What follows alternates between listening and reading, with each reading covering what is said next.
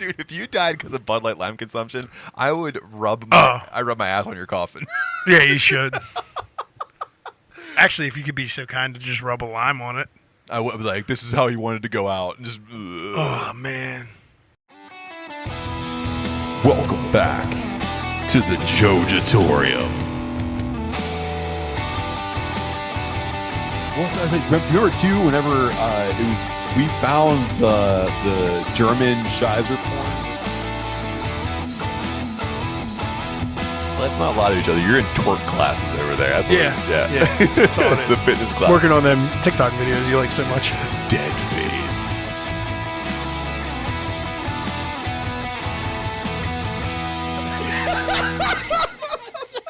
Got right in front of you.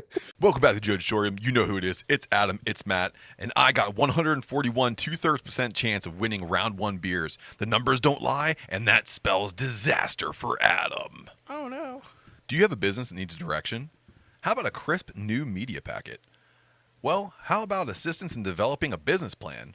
First Sip Studios has you covered. Headed up by Dennis and Samantha Guy, First Sip Studios brings your ideas to life. From the first major project in She Knows Beer to their current expansion into Columbus, Ohio, First Sip Studios has the business acumen to bring your vision to the next level. Just head over to firstsipstudios.com, but just make sure that you tell them the boys sent ya. Welcome back. We are back in the saddle for this one.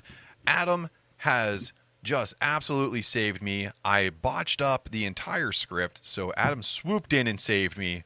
Thank you. Yeah, this is a true 50-50 episode. Let's see if the listeners can tell what parts I wrote. It'll be fun to see, too. Because here's the thing I like to do whenever because we had that one episode whenever I went over to the West Coast and you wrote the entire episode, and I had to edit out so much of my own laughing. Yeah, I think that's the episode titled Matt Left for Cigs. Yeah, I went out for cigarettes, and I got tied up in crypto. So check that out. Yeah, but so we are here in the Jojitorium. We have so much to go over, but it is round one. Adam, you saved me a beer. So we're going to put that all together, call it round one beers. What are we drinking? We're drinking a nice Czech Pilsner from the newly established brewery here in Pittsburgh in the South Side neighborhood, Velum. It's coming in at 5.3%, and it's just a straight-up Czech lager. So let's crack them. Get a couple sound effects there.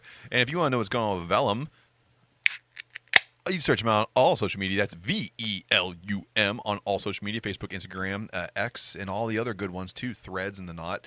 Yeah. And while we're pouring this out, I got to stop down to the tap room to grab this. Gigantic space there in the South Side. Just off Carson Street, probably about 2 blocks. Down near the South Side slope side of the South Side, for those of you in Pittsburgh. But cool space. Free skee ball was the highlight besides the beers, but some nice outdoor seating, and they had everything from lagers to hazy and West Coast IPAs to your fruited sours. So, well, something for everybody. And they had a great, for you, Matt, a great porter. Ooh. That was under 5%, but tasted like it was over 5%. That's right, baby. This Czech lager, it's got a little bit of sweetness to it. I like it. It's a nice little play. Ooh. Yeah. So I'm getting a flavor out of it. It's not bad. No. And it's not an off flavor. Right. But I'm getting like a little something that's like cucumbery. Yeah. Right? Yeah. It's kind of nice. I do like it. It's like refreshing almost. It had that little sweet touch to it. And man, that's a different kind of flavor profile. For sure.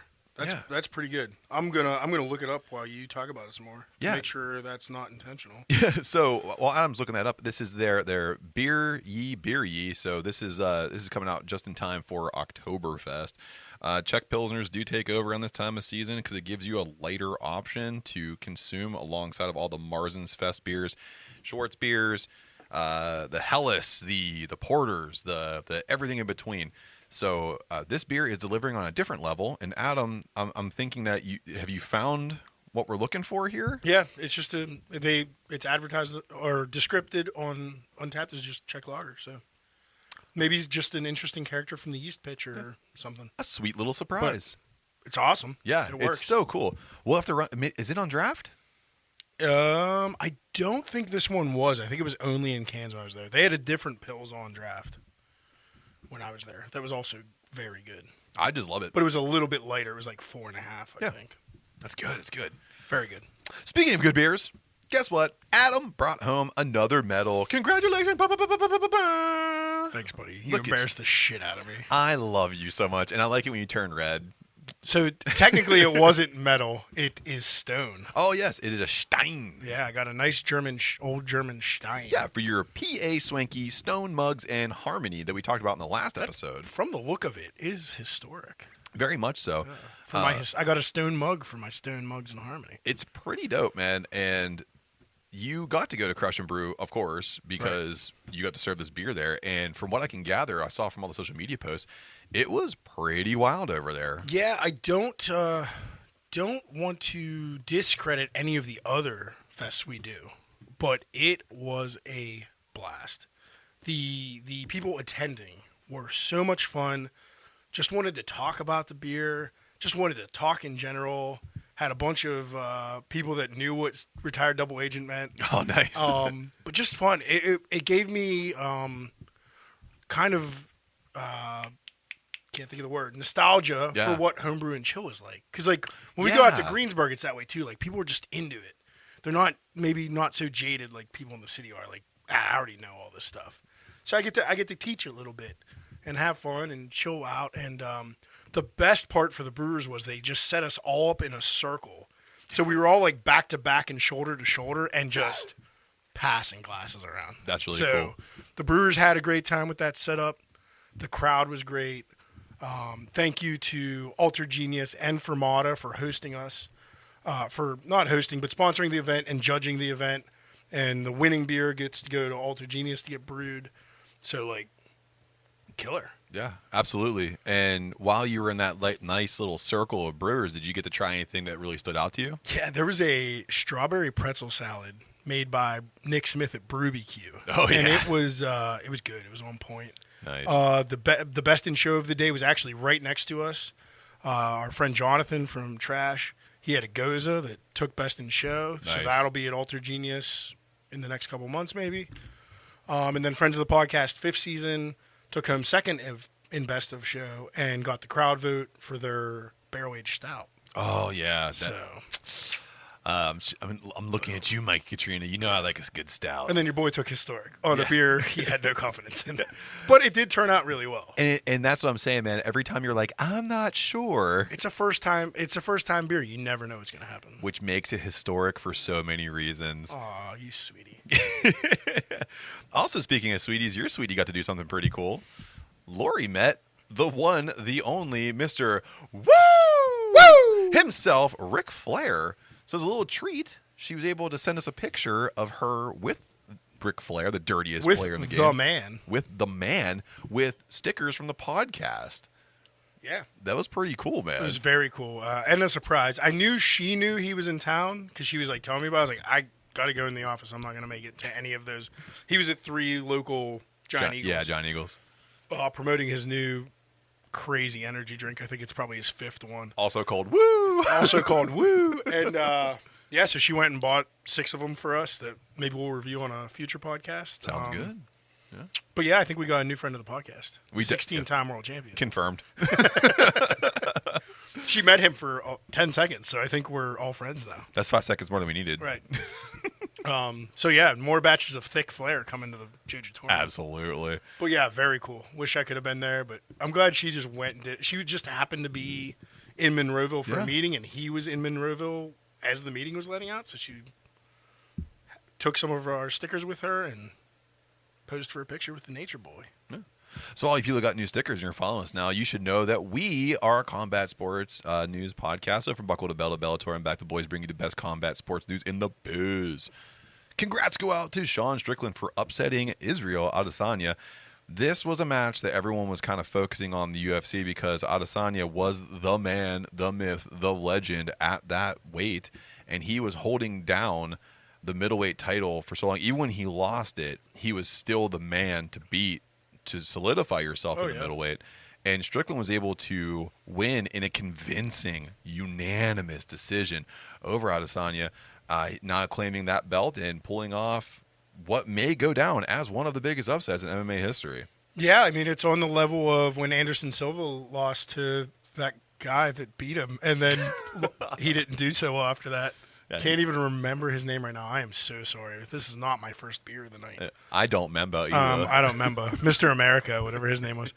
But yeah, I mean, not a super exciting fight. There was a first round knockdown. It looked almost like the Sugar fight for a second there, but Adesanya actually got back up, revived himself, won the next round. He won round 2, but then Strickland won every other round. So he won 4 of the rounds on every judge's scorecard. It was very unanimous. He was just controlling that octagon. So he took it, and big upset. Absolutely. But Strickland is a madman. Isn't he, though? Yeah. Yeah, they were doing a write-up on him, and they were talking about how he, his upbringing was real shit, and then he slowly became a much better person. He's still got some weird shit click-clacking around in his head there. He sure does. There's reports that the fight almost got canceled because he punched a fan the night before. Well, that's what the fan gets. But good dude. It wasn't an old man that wouldn't drink his whiskey, Conor McGregor. Yeah. Oi, you want to fight, Ed? Ed, give me Let a belt. me sucker punch you from behind. Give me a belt. Speaking of sucker punches, you got to prepare your hole because Nia Jax has returned to the Big E. Ow, my hole! This woman has broken ground as being the 4th woman to ever enter the Royal Rumble. But she's also known for being... Well, the men's Royal Rumble. Yeah. But she's also known for being quite dangerous in the ring. And all the memes are coming out, of course, it's SpongeBob cowering in a corner, whenever Nia Jax comes back, this is the women's locker room. And, of course, they're the ones like the AEW locker room cowering when they know that Nia Jax will get terminated. Then they have put Nyla Rose and her in a tag team and just everybody's getting shit broke. So to run down some of the notable injuries that Nia Jax has dished out, we have when she broke Becky Lynch's nose. Yeah, that made for a great poster, though. It was amazing. Kairi Sane got a concussion after being thrown headfirst into the steps after already being wobbled by a botch. Yeah, botched powerbomb. Yeah. If I remember correctly. All the stiff shots she had with Charlotte Flair and that televised event on Raw where they just traded open hands. That was great. You know what? That's a Nia Jax highlight in my book. It was. I tell you what, Charlotte Flair was giving it back too. They were just doing open palm strikes on each other. It was New Japan Wrestling. Strong, a little bit of hair pulling. Your girl Zelina Vega, she got injured and she kept it very quiet after she got thrown out of the Battle Royal during the All Women's Evolution pay-per-view. That's right. Kayfabe's real for Zelina. That's why it I is. like her so she much. kept that shit real. Ember Moon, she got botched into the IR, and her husband took to Twitter to call Nia Jax an unsafe moron, which he had to later take down because I think he got threatened with legal action. Yeah, probably. That's the opposite of what Zelina Vega did. Yeah, Zelina Vega's like, it hurts, I'll be fine, fuck off. Ember Moon's like, no! Hubby, go get her. R-Truth thought he was just the entrant 30 in the Royal Rumble, but like I said earlier, he became wall art after Jax came out and hit him so hard he went face first into his structure. And the Road Dogg Jesse James had to come out and hold R-Truth back from beating the shit out of Nia Jax. I didn't know this. Back in Gorilla, he was losing his mind. Yeah. He's a pretty cool, calm and collected dude from the outside appearance anyway. Well, it's like you're seeing him on his podcast too. He actually has this is my take. It has logic.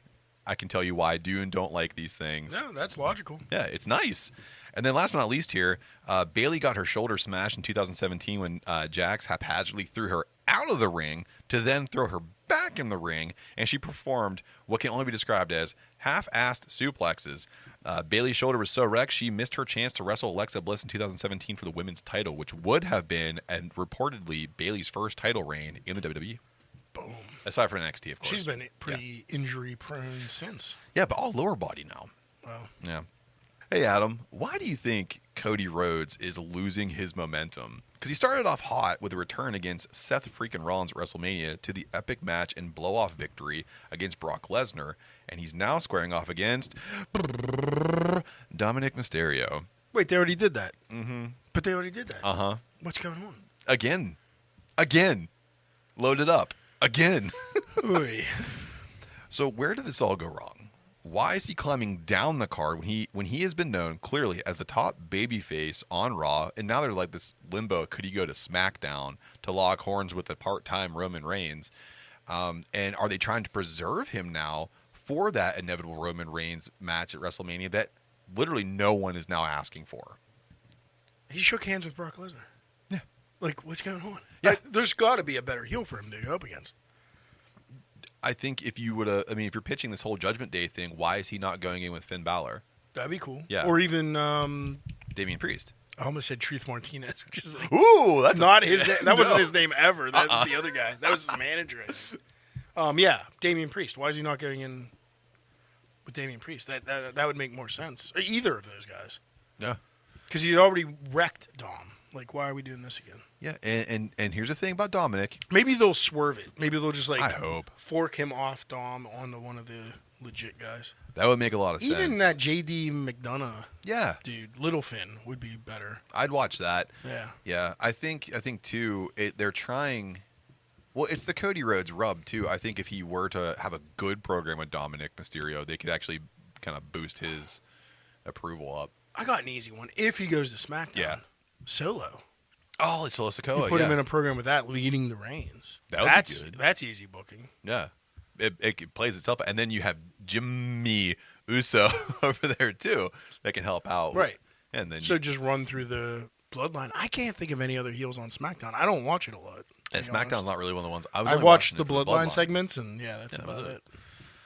So, Adam, maybe we can see some crossovers here because the merger of UFC and WWE finally went down a couple days ago. So, Endeavor performed the full acquisition to form TKO now. TKO, baby. Opening way too rich for daddy's blood. Absolutely. Closed the first day at like $104. Whoop. They're doing a good job, man. Went public and skyrocketed. Like my cholesterol. So, the thing here, too, that I read is that Vince McMahon, his position in the executive management of TKO can actually have him controlling UFC fighters. That's nuts. Because from what I saw from the photos, he's controlling old Acme cartoons as the villain, tying women to train tracks. What I like is he had the throwback. He put the do-rag back on. Dude, yeah, what was up with that? I think it was windy, and he needed to keep the waves hairpiece. He's definitely wavy. That's not his own hair anymore. He's got a really good piece on there. How's he gonna drown him if he doesn't get it wavy, dude? Yeah, that was nuts. A bright purple do-rag. Yeah, and a fucking Italian villain mustache. What the fuck? You could see Triple H like, get away from me. Get away from me. Dude, the last time you had that on, you said a bad word. Get away from me. Looked a little less like McMahon and more like a little McMahon Marchesino. Yeah. You know what I mean? Making the pasta. Dude, that mustache. But gangster. Like, yeah. What a nutcase. I don't know what he's going to do, but if he can control some UFC talent, maybe he can have some of them kind of drop onto the roster and cause a little havoc. I could definitely see Conor McGregor coming over. Yeah. I don't know who else though. Cormier. Cormier for maybe at an announce table. Well, he was also trying to come over at one point too. Anyway, him and Brock Lesnar were supposed to have something at one point, and this could actually bring that. But Brock Lesnar, who knows what the fuck he's doing now? Dude, who's the fan favorite right now? Chad Gable, probably? Yeah, I'd say. Pretty much, for the undercard guys? Yeah. You have Joe Rogan come in and spin kick Chad Gable out of the Royal Rumble this year. Just piss everybody off. UFC commenter by day, spin kicks and Royal Rumble by night. Joe Rogan. Rogan would never get in that ring. No, God. When his head only comes up to the second rope, he'd be exposed. Well, it's like create a player, but you give him all Rey Mysterio's moves. Yeah. Wait, why does he have that? Why is he throwing 619? He's only bouncing off the second rope, and wow, that Hurricane Run is really on point. So, speaking of being on point here, this kind of got messed up. Edge was removed from the WWE roster webpage. Mr. Copeland is no longer listed internally at the time of this script. However, they added him back on now, and he's in the miscellaneous talent page. So it means he's still signed, but they don't have anything for him. So this kind of throws a wrench into him going to AEW because we're not sure about the WWE status of Edge right now. Right. And they teased it on AEW this week, and it pissed me off. Yeah, Ms. Monet actually did it too. And we covered it. We said, yeah. I think we said that's going over. We think he might go.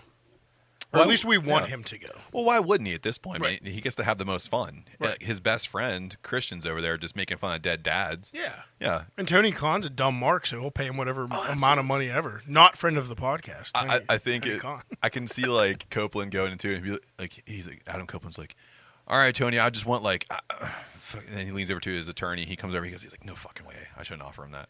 $4.5 million for a year. And Tony Khan's like, yep. Do you think WWE owns the trademark on Edge? Oh, for sure. Is he going to have to go over there as like Blade? But he gets to be the Brood, but it's not the Brood. It's like the Pack.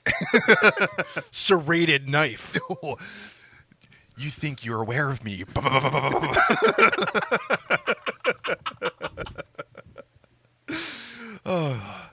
We just want to see Edge wrestle. We want to see him have fun. Whatever he wants to be. He's still jacked. Yeah, he can still go. He looks so good. Just don't put him. I never want to see him in a match with Randy Orton again. That was snooze fest. It really was. God, 3 times I think. Ugh. 2 times too many. I mean, 3 times since he came back. Yeah. Oh yeah, 2 times too many for sure.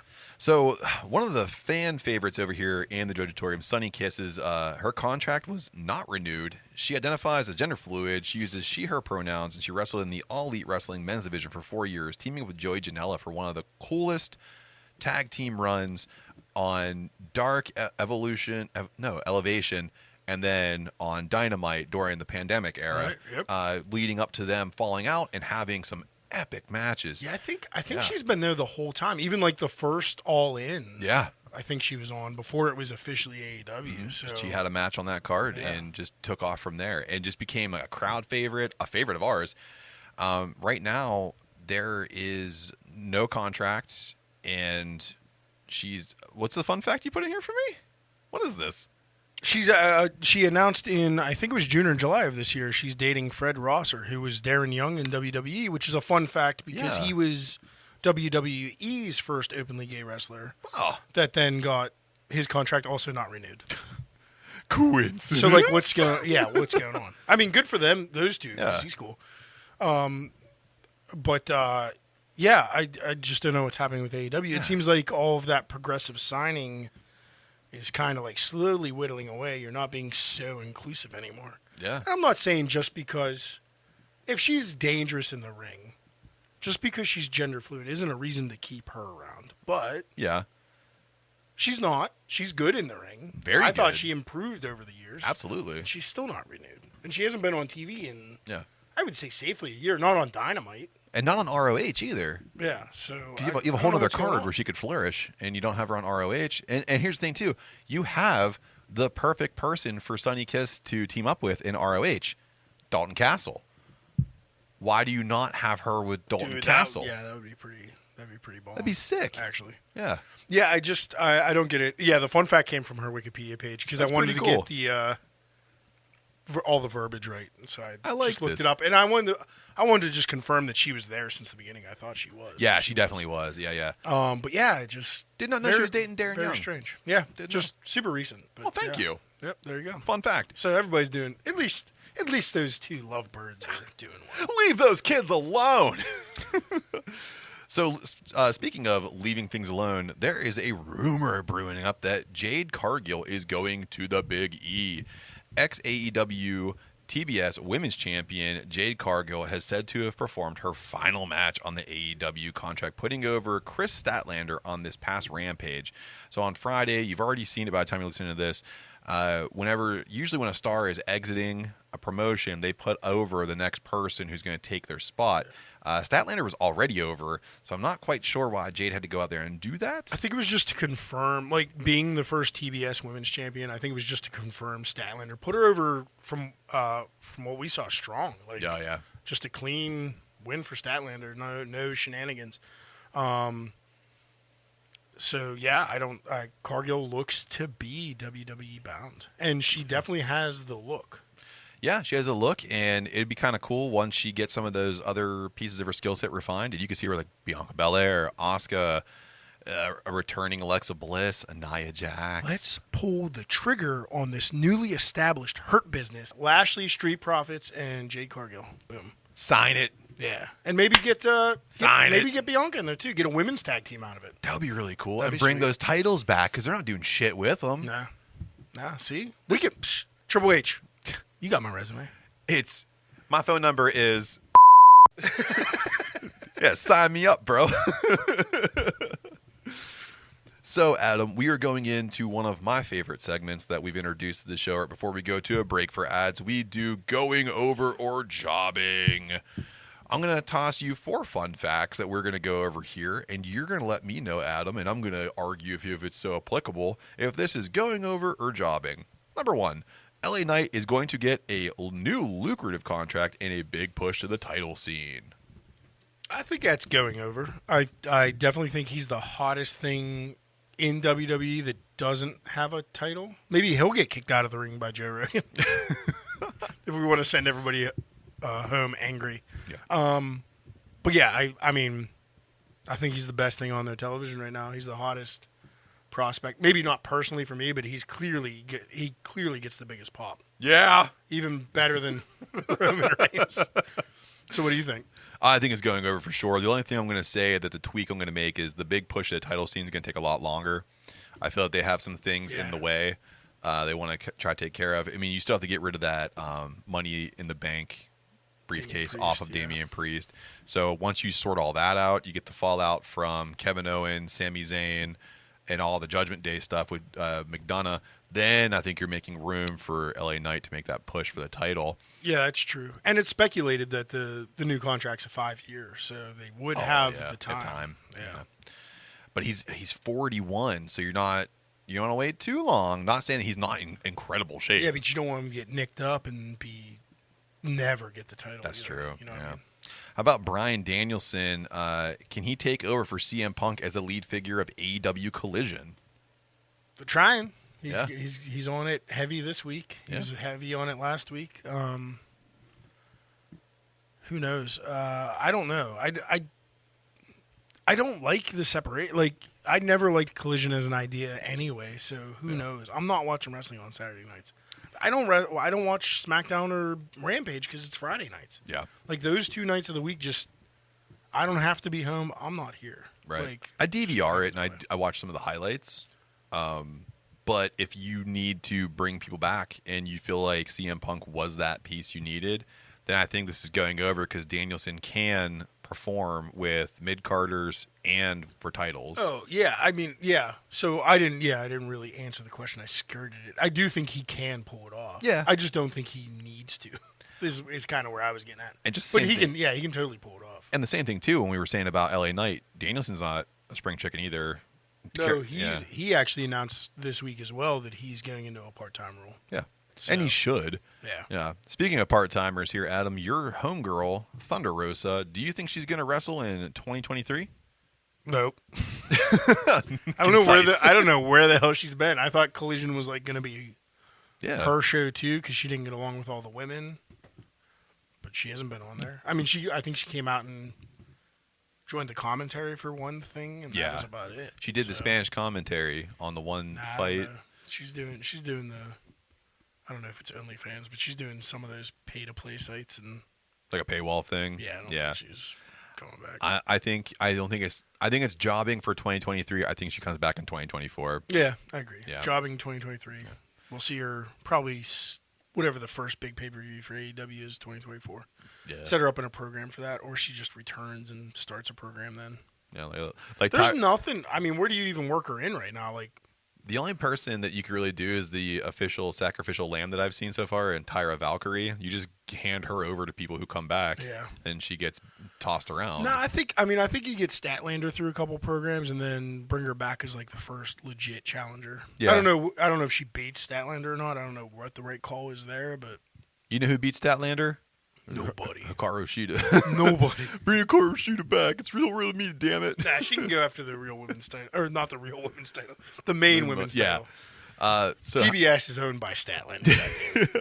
How about number 4 here? Last but not least, Chad Gable wins a singles title in WWE. Yeah, so it looks like they're pushing him towards Gunther? No, that was his old name. No, it's Gunther. No, that's his current name. Gunther! It was Walter. Is Walter, yes. And now it's Gunther. Yeah, I don't know. I'm going to say going over.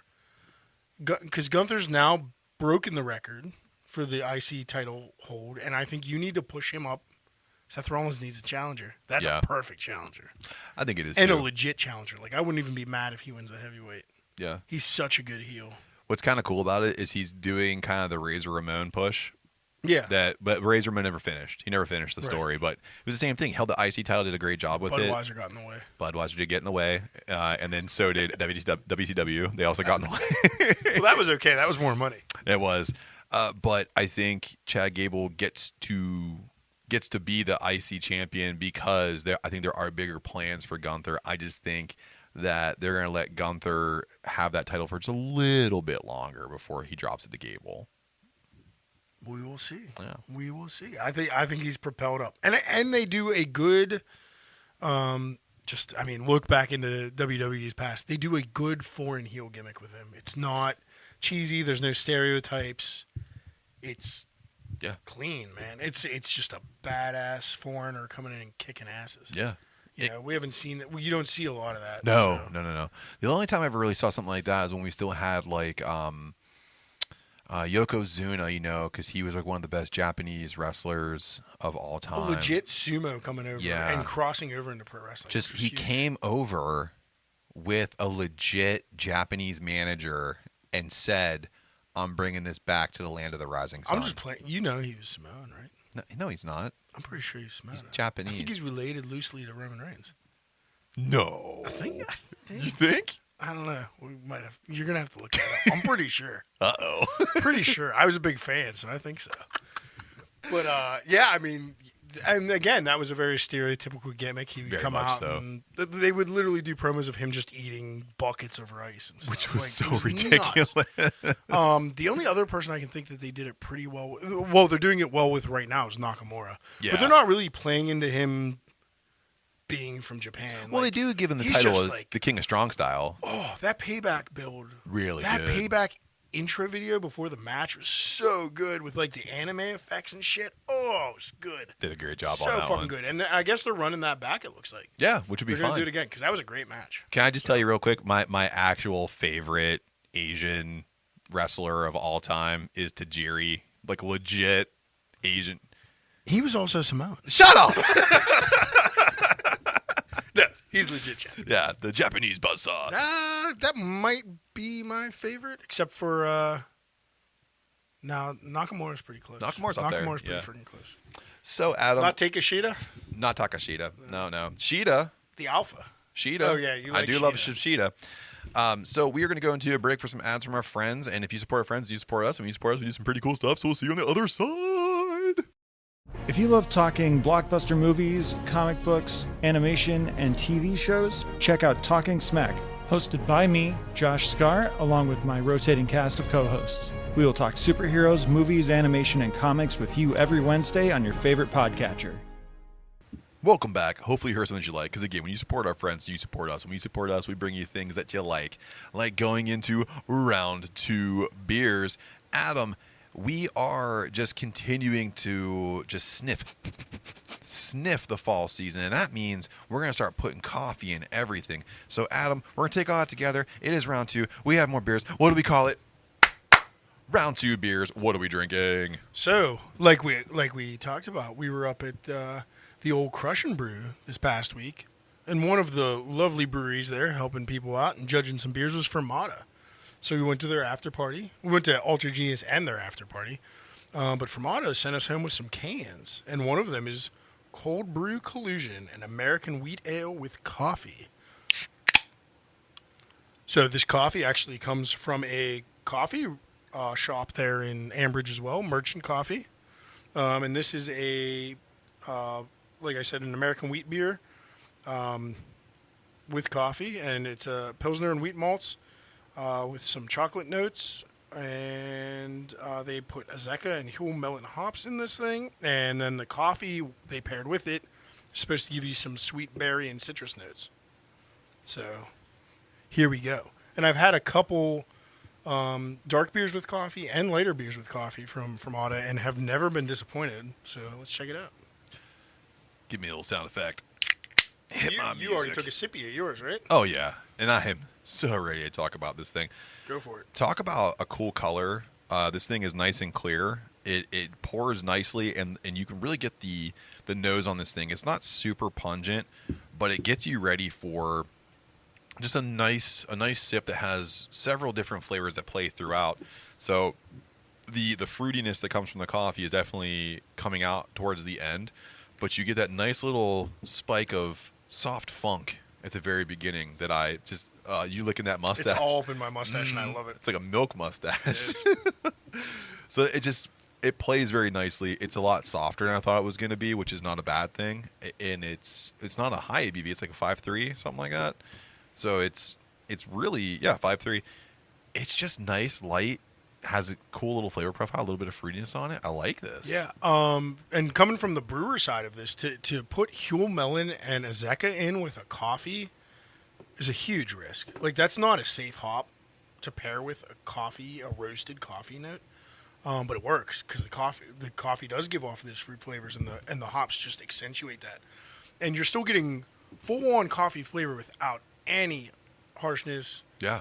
It's not acrid at all. It's very, very smooth and very light. It is transparent. It's like unreal. I didn't expect it.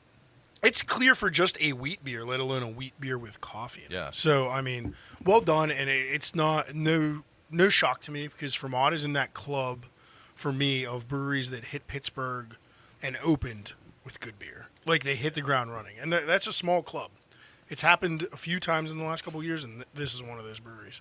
So, if you're ever up in the Ambridge area, just a few skips down from Swickley, you know? Yeah. And if you want to know what's going on Beautiful over there tap too, room, like too. if you want to know what's going on over there too, it's Fermata, Fermata. This is amazing. I have not had a beer from Fermata I didn't like, and just adding this bad boy to the list. No, they do a smoked lager called Yacht Rosh. That's maybe one of my favorite beers of the summer. It's just a smoked, crispy lager. It's sick. Oh, dude, say less. Yeah. Well, I will say more actually because they sent me home with a couple cans, so you'll be seeing them over the next few episodes, here and there. I'm not going to tell you what they sent me home with, but just keep listening. As Bob Ross says, what a happy mistake. We might have started off with the best. I don't know though. We'll have to see. This is really good. We will find out as we go over some episodes, but we also find out, Adam, as we continue to sip this delicious beer from Fermata Brewing Company, we had an X Division throwdown. We put it out there to our followers on X, and you can follow us too at DWTB to make sure you can get onto the next one of these to see which couple's costume you think is better. I didn't put worse, I put better because I want to see what people react to when they see positivity. You're positive, yeah. I am.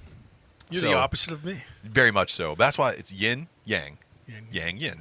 Yins. I'm Like, yins. like all the You're Samo- yang. I'm yins. like all the Samoans would want. So, Adam, I put Barbie and Ken up against the Joker and Harley Quinn, and Barbie and Ken edged out Harley Quinn and the Joker 55% to 45%. For the better costume. For the I better agree with costume. That. I agree with that. And I do too. And we did get some comments here from some friends of the podcast. So first and foremost here, the TalkinSMAC podcast, which you can find on all podcast platforms every Wednesday. They put up a picture of some of their co-hosts dressed as Joker and Harley, and it's exactly what you think it is. Too much white face paint and like the hand-drawn lips. Yeah. It was good. But did they vote for Barbie and Ken and then sent that picture Yeah. in? Oh, man. Threw their friends right under the bus. Reckless. We could be good friends with them. I mean, we are. But Oh, absolutely. I haven't met them yet. I got to talk to them. And there's another group heinous. over here. The boys over in Derazzled, who are also 412 proud, they are saying that Joker and Harley had their time. Unleash the Kenergy. Nice. Dustin the podcaster says, and this is a nice one, Joker and Harley because Barbie and Ken are going to be everywhere. Bonus if you combine the two, a Harley Barbie and a Joker Ken might be interesting. Plus, double the Margot Robbie. I do like the way they think. Yeah. I started giggling halfway through that, though, because you abbreviated B and K. Yeah. And my fat ass immediately Burger thought Burger King. King. B and K, have it your It way. wasn't even that way. It was, welcome to the BK Lounge, motherfuckers. Fuck. And then last but not least, Fuck, I'm fat. our friends over at Sugar Coated Murder said Barbie and Ken can suck eggs. Oh, nice callback to Terry Funk. That's my favorite. Sugar Coated, you win. Ring it up, baby. Dustin, the podcaster, you were so close. Yeah. Oh, Definitely a second place on that one. Yeah. But, oh, man, to say suck eggs. Perfect. At this time of year. Forever! Forever! So, Adam, speaking of forever, we forever put down these ideas for combat on our podcast. But in the second half of our show, we like to have a little bit of a back and forth, a little showdown, if you would say. So, spooky season's in full effect, and you know that. And we recently celebrated one of the best horror crossovers of all time, the 20th anniversary of Freddy vs. Jason, one of the best soundtracks of a modern horror movie. It's true. So good. So that gave me the idea to see what other mashup ideas are out there. So after a little bit of Googling on the Googs, I went to comicbook.com and I found what their writers found to be the 10 most wanted mashups. So Adam, let's pit these titans of terror against one another to see who will reign supreme. Let's do it. So, coming at number 1 here, we have Cabin in the Woods versus Night of the Demons. Cabin in the Woods, of course, is that titular fourth wall breaking horror movie where the cabin is on top of a ritual temple that tries to keep the ancient gods of Earth at bay. And Night of the Demons is just a great schlocky B horror movie where a chick puts lipstick in her boobies. Yep. Lots of nudity in that one. So which one would you take in this battle? So we're just pitting like the house itself with all the shit in it? The villains against the villains. Yeah.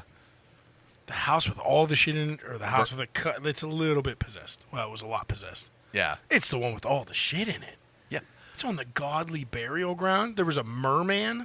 Yeah. Very, dude. Very messy. Remember that? I remember. Yeah, I gotta go with Cabin in the Woods on this one. I would like to believe that Cabin in the Woods would take it, but I want to say Night of the Demons because if one of them can bite and infect one of the beasts from the cabin, I want to see if it can turn that. Gotta hit a big one. Yeah, dude. Like Godzilla or something. Hell yeah, dude. Or the merman. Or the merman. He was slow though. Slow but effective. He needed some legs. He's like, oh god damn it. So number 2 here, we have 2 movies I absolutely love. We have Get Out versus Scream. Who are you taking? I'm taking Scream. I don't care what killer it is. That Get Out family was bullshit.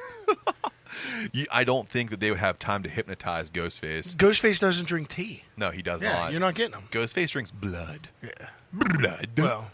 Well, yeah, well, yeah.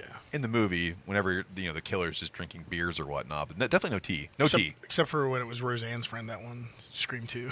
Jackie, yeah. Jackie wasn't drinking no blood. She was drinking Yellowtail.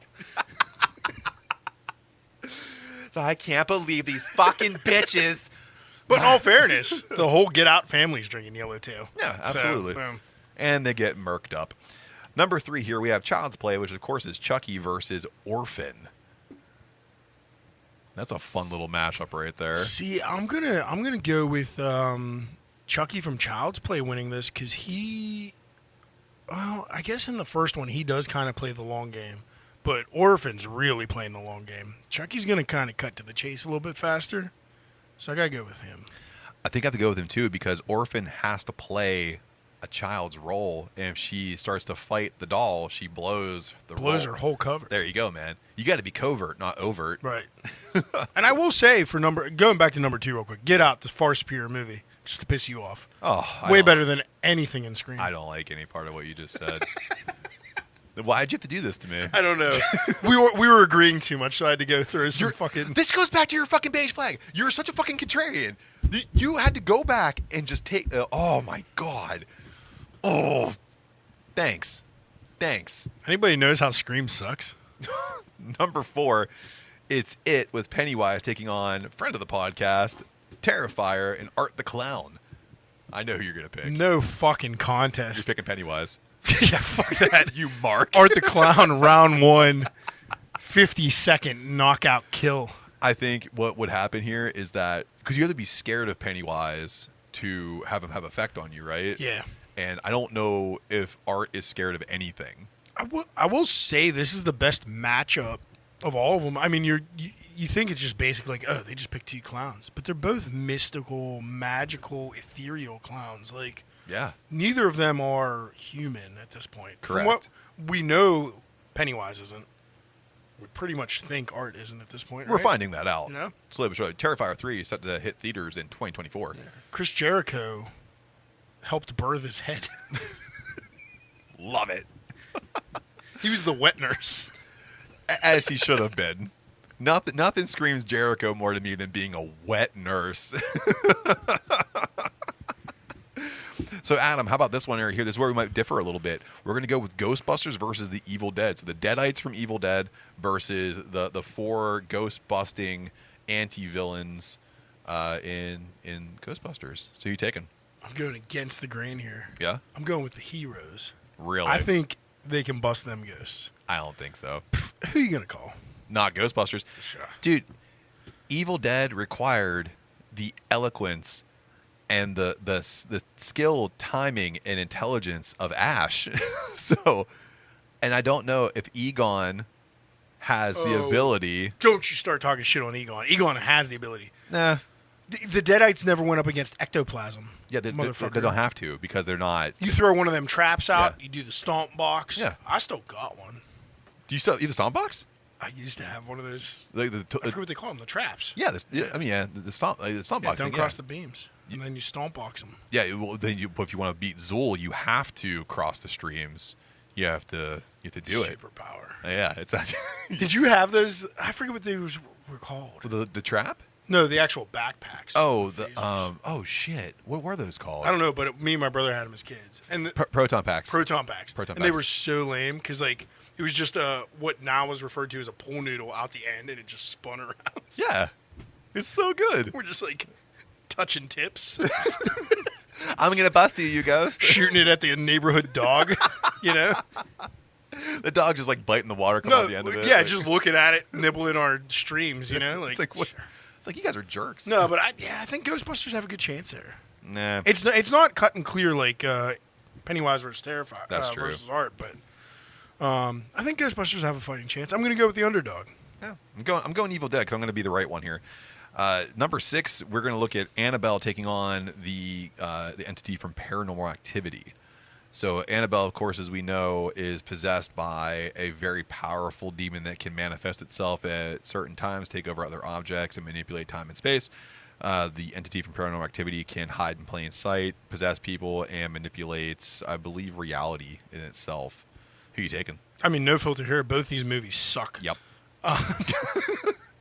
Yeah. I think you should put Annabelle up against Chucky, comicbook.com. But anyway, Paranormal Activity. It's just more. I feel like there's probably more power there. It's had 7 movies. It has, and they have a cult. It's a cult behind it too. Right. Yeah, that's the Yeah, other thing there's I was just so thinking. much help there. Yeah. Annabelle, the most garbage movie I ever watched 20 minutes of and then shut off. And I watched some really bad B movies. And It's like Kane versus DX. That's Terrible. exactly what it is. You know who directed that, right? Who? The same guy that did Mortal Kombat Annihilation. Oh, That's why that movie's such terrible. horseshit. Yeah, fuck Annabelle. Wait, we're saying Annabelle, so not Annihilation, because Annihilation's like a gold standard movie. Mortal Kombat? Yeah, Yeah. I mean it's better than Annabelle. I wouldn't call it even mud standard. It's like shit standard. But Oh. Annabelle's So good. dregs. Yeah. Dregs. Paranormal Activity. At least the first one was a little bit It was good. I don't even want to call it groundbreaking because it pretty much ripped Blair Witch. But But I thought it was good. it was good. It was new. It was different for the time. It was refreshing. Then they just beat the shit out of it. Yeah. How do you yeah, 7 movies. It's going for you too, Saw movie series. Jesus. After 3. Christ. Shut it down. Shut it Yeah. down. So how about The Grudge taking on Insidious? Insidious is kind of different here. That little like thing right there used to freak me out so bad. That noise of the broken larynx. Oh god, I hated that. But The Grudge versus Insidious, this is where you're kind of weirded out a little bit because The Grudge is a singular entity, unless you're going on the Japanese side of it, where once you're possessed, you become another grudge and you proliferate. So I actually want to go with the foreign grudge. That way that gives them numbers to go against Insidious because you're going against the entire nether realm that when you fall into when you go to sleep. That's fair. Yeah. So saying all that, who are you going to take? At this point, I'm just going with the movie I like better. The series I like better. Yeah. I'm going with The Grudge. Especially Really? Japanese Grudge. You're really good. Yeah. Not Simone. Japanese Grudge. Yeah. Nothing- Japanese and Samoan people are the same thing, right? To some people we know. Yeah. I don't know where. Japanese. Okay. Boom. Yeah. Where Tajiri's from, not from where Yokozuna is. Okay. That's how. According to me, you think Yokozuna is also from Japan, But he is. He came down with the flag. yeah, yeah. Why would he lie to us? And the British Bulldog wasn't from Canada. He's not. He's the British Bulldog. Is Roddy Piper from Scotland? Uh-huh. Oh, you fucking Mark. Yeah. And Marty Jannetty's from Florida. Well, yeah, you got one right. Yeah, see, I'm right. I'm definitely going to go with The Grudge on this, too, if it's the Japanese version, because it is just so good. And Insidious just kind of like... The first one was good. Yeah, it just weakened itself up, though. I haven't even seen the new one, The Red Door, but I've heard... Yeah, I've heard bad things. I've heard rough shit. How about Halloween, your favorite franchise, going against Trick or Treat, the 2007 vehicle with Sam? So you're talking about Michael Myers taking on Sam. Sam and the creepy dude that carves pumpkins with his creepy kid. Yeah, help me with the eyes. Yeah. Yeah, and all the zombie kids from the bus wreck. Which is I cool. think Mike Myers is fucking them all up. And I'd like to see it, to be honest. Just a fucking kill fest, right? Like a squash match. Yeah, Mike Myers just killed. But I'm going to take... I keep putting all these freaking... There's parameters. Parameters on it. I want young Mike Myers to just fuck him up. Oh, I don't want that old fucking No. homeless guy from the last one. Yeah. Ugh, yeah. Halloween, that wasn't Kills. Halloween Ends. I don't want a Halloween Ends. You want Mike that Myers. 1979. Yeah, I want him fresh. Yeah. Right out of college. Number 1 draft pick. Legs are still running hard. Yeah. He's running that 40 and 4.3 flat. Looking like prime LaDainian Tomlinson, just fucking people up. Yeah. Oh. So how about Got the legs of LaDainian Tomlinson, the knife skills of Ray Rice. Like, let's do this.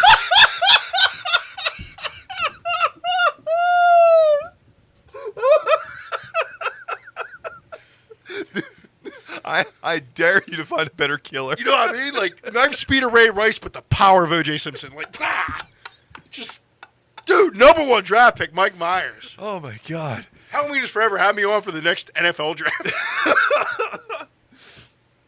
So then how about we move on to... This is a cool one. I'm not doing any better than that today. I'm sorry. That's it. All the last bit of power you had went right into that one. So, Adam, this is the one that I was actually really, really happy to see. The Predator plopping right down the middle of The Purge. Oh, my God. So it's not even competitions for me at this point. More than shit I want to see. I want to see that Predator fuck up all those fucking rich, entitled fucks. Oh, yeah. In The Purge. It would be so good. Oh, drop them right in there, just exploding them. They'll never even figure it out. They'll never even figure out he's invisible. All their stupid glow masks. Yeah. Yeah. Great job. You just made yourself more visible to the apex predator. Oh, just his 3 dots on every fucking... kill him. It killed Jesse Ventura. You think you're going to survive? No chance. No chance. If that's all you got. So last but not least here, in this one, before we move into some awesome bonus ones that I think you drafted up, which are fantastic. Yeah, you said lengthen the episode, and I was like, oh, I got some dumb ideas. We're going to look at Ma versus Meg. 2 movies that I wasn't too excited about. Meg was okay, Ma was okay. But when we put those 2 characters squaring off against each other, who would you take? Ma's a powerful lady. She is. And Megan sucked as a movie. Yeah, I didn't really... Stupid AI robot. Ooh, watch the unrated version. There's 1 kill. Yeah, and that's the thing, too. When I watched the unrated version, I kept waiting and waiting and waiting. And it's just, spoiler alert, I'm going to spoil it for you right now. It's in the elevator when she jams the... Well, I don't think there's any on-screen ones. They're all off-screen. Like, you see the aftermath of some of them, They right? show the one in the unrated where she shoves the blade through... From the paper cutter? Yeah, the I creator. couldn't remember. Yeah, the AI. I think it's the one of the AI techs. She shoves the blade right through him, through somebody else. Splatterfest. It was... And my biggest criticism of that is, like, such a cool concept. Yeah. Like, great concept for a movie. Just dog shit execution. Yeah, I didn't enjoy it at all. Yeah, Ma can take it. How about then into your bonuses? I thought she was pretty creepy. I thought she was too, especially when she flicked the switch. Like she'd be like having fun, and all of a sudden she'd get those eyes locked on, and she's like, "Well, now I'm gonna just absolutely rip you apart." It's done, honey. You're Yeah. fucked. So into the bonuses that you drafted up here. The first one I really like. It's Victor Crowley coming from the Hatchet series, taking on Jason Voorhees from Friday the 13th. Can I go first? Yeah, so you see what I did here. I see what you did. Hoder versus Hoder. Yeah, I like that. And I'm gonna take. I think Hoder's gonna win. I'm a nerd. I'm going to take Victor Crowley in this one because he can regenerate unless you're doing Jason Goes to Hell. So, yeah, I was going to say Jason needs like lightning to regenerate. Yeah. So he needs all this shit. You just need to be around the bayou for Victor Crowley, and he can come back. And Victor Crowley doesn't leave the bayou, so that means Jason has to go to the bayou. Jason's scared of water, so he has to fight on land. So therefore, Victor Crowley comes out and annihilates him, chops him to fucking pieces. It'll be an epic showdown, but Victor Crowley, ching, ching, ching, ching, ching, ching, ching, winner. Yeah, you stole all my good points. I was Yeah, going to there you say go. Jason's going to a bayou. It's not going to work out well for him. This is what I do. So, also going with Victor Crowley. Absolutely. How about you picked here? Fuck you, dude. Did you not read this one ahead of time? I didn't read this one. Yeah. Throwback to Matt's Halloween is Forever episode. I bombed. Freddy versus Horace Pinker. Freddy Krueger, of course, is from Nightmare on Elm Street, and Horace Pinker is the wonderful horror character from the movie Shocker from 1989. I'm going to go first here. Horace Pinker, fuck you. I'm going Freddy Krueger because Wes Craven was good when he wrote that one. He was good when he wrote both of them. No, he was not. So he was Morty Jannetty good for Shocker. Whoa. He was on coke. So let me. Yes, let it me- was Morty yeah, I know. Jannetty. He's also from Florida. So what I'm going to say is that if we're looking at the body of work of Freddy Krueger versus the body of work of Horace Pinker only had to have one movie to be awesome, and Freddy Krueger had one awesome movie then to be shitty until Wes Craven came back and did Freddy's New Nightmare. So Freddy Krueger. no. Next. Okay, I see. You're wrong. It's fine. You're wrong. So how about this one that I love that you put in here because you just want to see me die? It's me versus Ghostface from Scream. I'll let you go first. I want to see how I die. Well, we had so we did have Scream earlier on, but I had to put Matt up against his favorite, and I think you would die against all of them, including Jackie. I think they'd all get you. You know? It would be like Happy Death Day to you. I'll just keep getting regenerated, and it'd be a new. Oh my God! If you could go through and get killed by all of them, yeah. Yeah. You know what? I'll give you regeneration powers Just 7 times, just so I can get destroyed. So you just get fucked up. What do you think? How fast do you think I die in the first one? When Pretty quick because there's 2 of them. There's 2 killers. Right, and Spoiler alert if you haven't seen it. So you're getting double teamed in the first one. And too. also, it's Billy Loomis and Scott Mocker or Stu Mocker, and they're just both smoke shows. Yeah. And they're so fast. Yeah, and they would stealth. lead you in as their like human selves. Yeah, And just they'd be like, "Hey, what's up with you?" I'm like, "Hey, what's up?" And be like, wait, weren't you Shaggy? And oh, man. dead. But I think you would last longest against was it Scream? What's the most recent one? 6 or 7? 7. 7, because that dude was obviously the killer the whole time. Oh, the whole time. He's Yeah. just a coked out smack bag. I would just looked at him and been like, "There's a problem with you." Yeah. Like, I was like, that's the red herring for sure. And then Yeah. nope, the red herring was the killer. And Yeah. I'm like, man, this movie really. oh, yeah. Also, really killed the spoiler movie. alerts. Spoiler alert. Yeah, it's only been out for a year and a half if you haven't seen it yet. It's the guy you think it is. Yeah, and his kids. So, so Adam, you, of course, because your self-deprecation runs deep, you put yourself in here to get absolutely murder molested by Leatherface. So it's Adam versus Leatherface. I want to see how many different places you can put that chainsaw. He's going to start off on. He's going to cut some meat. He's going to get some. He's going to put you on a hook. Can I get a weapon? Okay, pick one. I mean, my best chance would be maybe a M16, but Well, yeah, I'm still getting. Oh, we'll get a fucking rocket launcher. In all fairness, I still think I'd lose. Yeah, because if we've seen anything from the damage he can take and all the iterations of Texas Chainsaw Massacre, even that shitty one with Matthew McConaughey. I was gonna say I could maybe beat the Next Generation one with a gun With a gun. because he was such a loser. But he was a psycho, though, the too. worst, He took man. a lot of... he was definitely an S&M guy, though, Took too. a ton of abuse. Yeah. So I'm thinking he could, outlast a little That bit. metal leg kicked him all over the place. It did. I'd love to see you in Texas Chainsaw Massacre, too. Just being at the... Dude, I'd be like, can we just truce? I'll just join. Yeah. What Hey, do I man, gotta do? Eat a foot? I'm in. I dig the ideas of your cult, and I want to be in. I love Texas barbecue. Who doesn't? know? You know what? You guys have some great points of view. Give me them chitlins. What are we doing? Keto diet, all meat? All right. Sign me up. I want to lose a couple pounds. Predator diet. Let's do this. So, Adam, we are moving into your favorite segment of the podcast, questions from the internet. And these ones are fun because they're a little relevant to what we were just talking about, the first one anyway. Adam, what is your favorite, quote, rule in a movie? And if people are wondering what's a rule in a movie, The one that I can always think of is that virgins always survive in horror movies. And if you have sex, you die. So it's like a trope in a movie. Yeah, like a movie trope. So what's your favorite one? So my favorite trope, also in a horror movie, is don't be a jerk. Because if you're a jerk, you're also getting killed. And those are my favorite kills in almost every movie, is just to see the... And I kind of like the asshole to live for a significant amount of time and just have the most brutal death. Yeah. And it's really easy in some movies because they make all of the characters fucking assholes. Like, it was the only good thing about the latest Netflix Texas Chainsaw Massacre, actually. Yeah.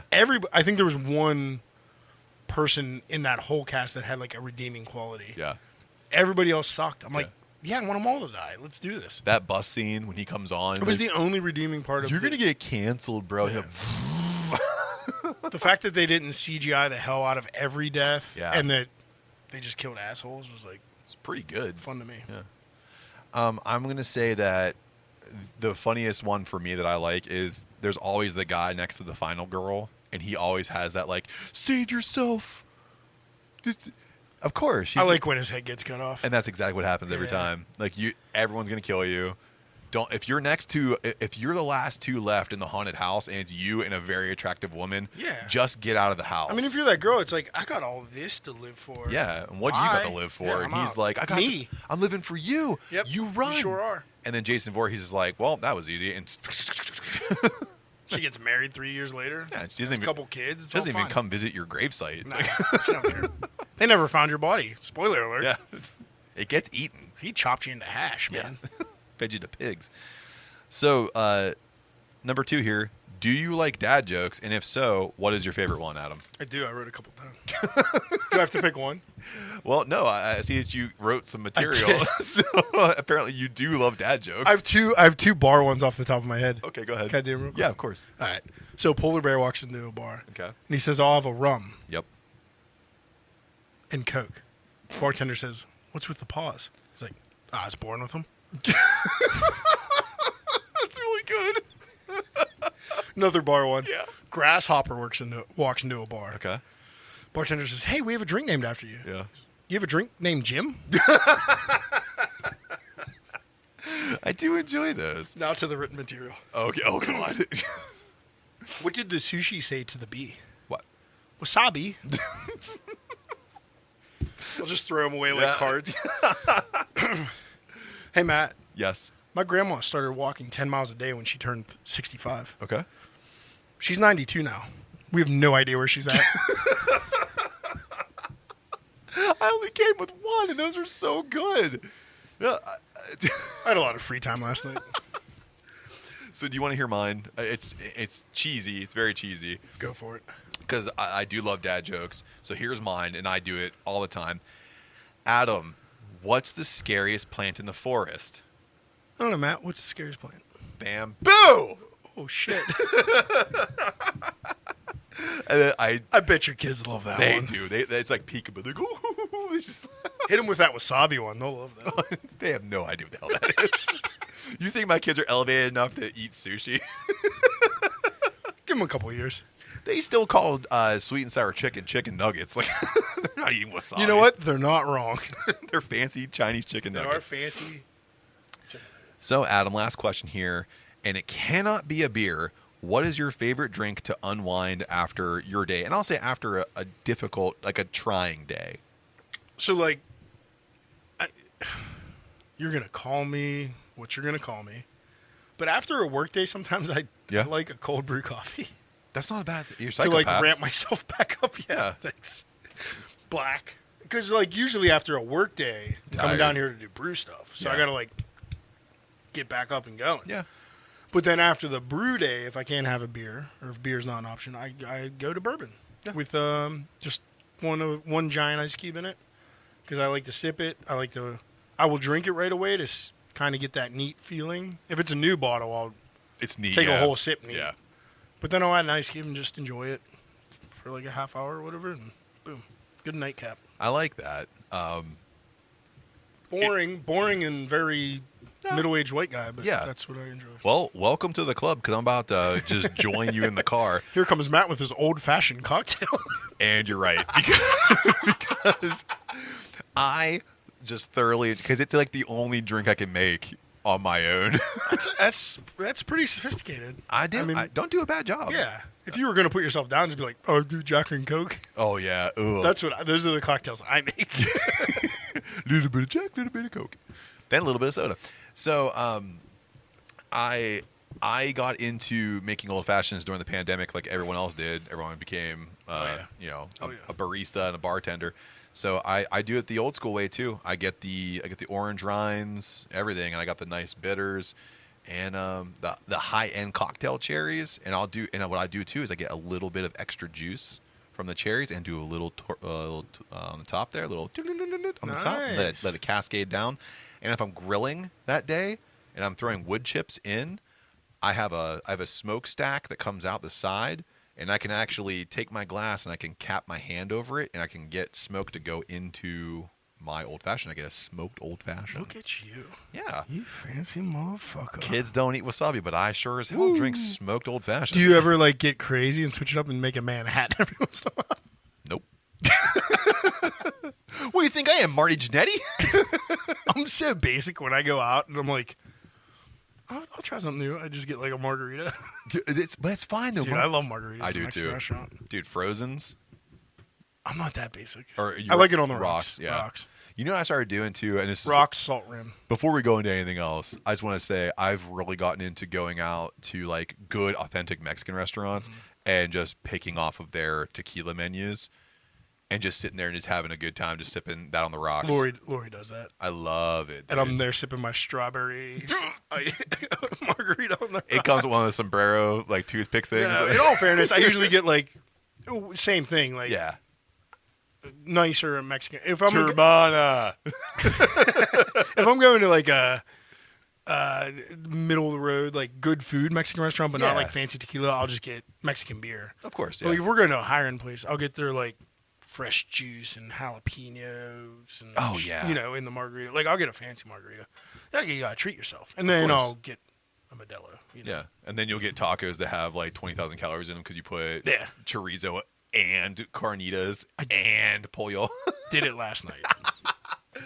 So, Adam, we are ending this episode here after having so much fun today. Oh, bummer. But I have to know, and everyone else has to know, what's on tap and where can you find us? Yeah, man. Nothing really on tap. It's all going places. First up, we have the Homebrew and Blues up there in Coopers Lake, September 23rd. So come join us there. We will be bringing a Cascade hopped cream ale and a West Coast IPA. So kind of just passion projects of mine that I wanted to try out, and that's a good place to get a lot of feedback. So we're doing it. And then new to the calendar, October 7th, we will be at the Steel City Big Pour at the Trash Tent. Oh, yeah, baby. So come get some beer. We will have whatever's left over from Coopers Lake, probably that West Coast, a little bit of that. If the cream ale is really good, I'm going to save it for another event. We'll talk about later. And then I will have something else, probably a new porter we're working on. Okay, that for sounds that good. event. So come out, try it out. Then we go back to Greensburg on October 22nd for Homebrew and Chill at the All Saints Brewing Company, the return of Shatfaced. So come get it. We're brewing that in a few weeks. And then if you miss it out in Greensburg, because I know that's a haul for you people, October 28th, Brewing for a Cause. Shatfaced will be there too. Part 2. Same beer, but Michael returns 6 days later. So Michael's coming home. But and he's bringing all them knife skills we talked about. I need to get a new sign now. Yeah. But yeah, so come out and see us. Not much in the Jojitorium. I am putting it on Instagram, _brew when we have beer to get rid of, just because I need to fill kegs for all these other events. But yeah, we're filling up October. Man, we also have another private event we'll talk about after it happens, or right before it happens. But so we got a bunch of stuff. I got 2 things that week, a big pour, and then we got 2 right at the end of the month. So boom, I'm gonna enjoy November. Yeah. I already got a Schwartz beer on brew schedule. Perfect. Because I want to brew sports beer. And if you want to go on Adam down here in the Brew Labs at @Bash_Brew on all social media, Facebook, Instagram, and X. And that's going to include all those festival dates and the beers that are brewing down here in the Jojitorium, so you can hit them in the DMs and see if you can get your hands on some. Don't forget about the boys. We are at DWTB on all social media. Anything begins with social, ends with media, and it's Facebook, Instagram, X, Twitter, Threads, TikTok, YouTube, and anything else we can get our hands on. We are continuing to ask for people to check out our YouTube and give us a follow. And the people who are listening to us right now, we really appreciate you guys. So from down here in the Jojitorium, as we continue to ramp up in spooky season and ramp down on Beer Fest season, well, I'm ramping down, you're ramping up.